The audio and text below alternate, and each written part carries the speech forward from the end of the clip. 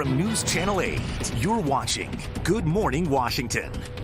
All right, Julie, thanks. Hey, 8:36 right now. Speaking of the new year, you know, divorce filings are 1/3 higher than normal in January. But you didn't know that. I didn't know that.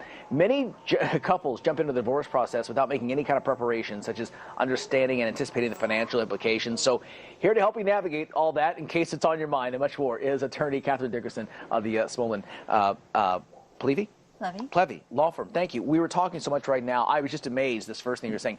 So you're telling me really that the first Monday of the new year is sort of like Black Friday, that the calls start coming in, I want to get a divorce.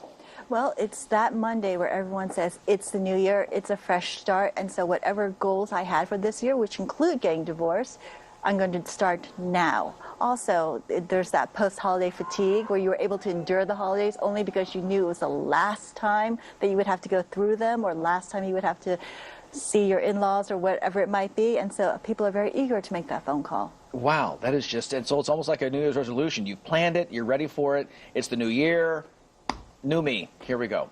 Well, not only that, but at that time you get all of your tax documents in, you get all of this information in. It's a great time to start planning the future because you're gathering the information anyway. First of the year, fill out those forms at work to change to single, all that stuff. Okay, makes sense. You do have some tips that you normally share with those looking to get divorced.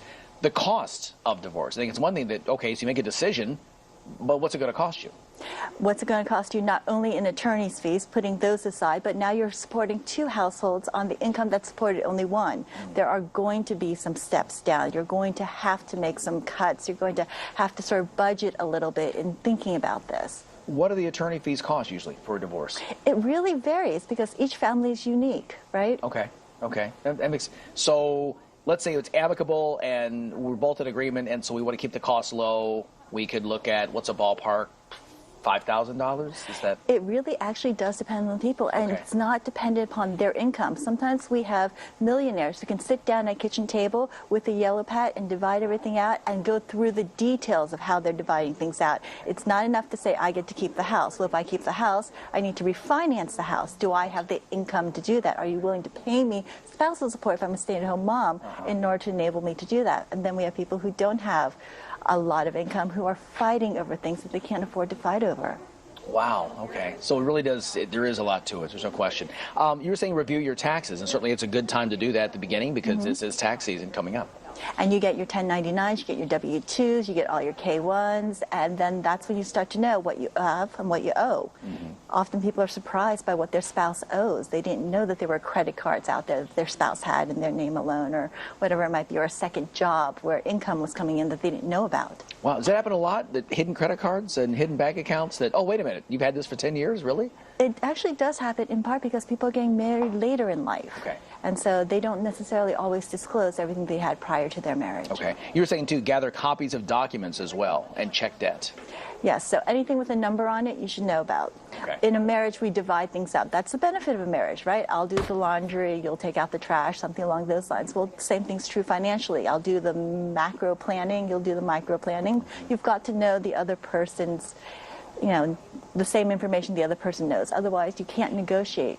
You can't resolve things fairly. Right, and you were saying a very important one, sever credit ties, because that person, that they have, your spouse still has access to your credit card, they could ruin your credit and you're on the hook for those expenses. Well, as long the credit card company doesn't care that you're getting divorced. And if you're both on the credit card, then they're going to come after both of you. But you have to be careful when you do that. The last thing you want to do is have your spouse sitting in a grocery store line trying to pay for groceries for themselves and the children, and then stepping up and realizing they don't have a functioning credit card. Oh, I can't imagine. You were saying one thing interesting, that if you get past 10 years, you see the kind of the curve goes down in terms of those divorces. If you can get past the 10-year mark, you have a better chance of making it to... Interestingly, when they do the demographics, after 10 years, a straight downward slope, except for when you hit about 50 to 60. Recently, we've seen a bump in those senior or silver divorces. Okay. Just people at empty nesters, and suddenly it's like, okay, I don't know who you are anymore.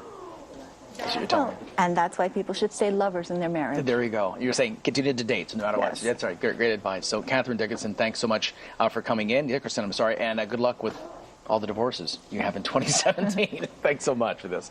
All right, 8:41. Hopefully, happy marriage to you. If not, give her a call. More Good Morning Washington after this. Stay with us.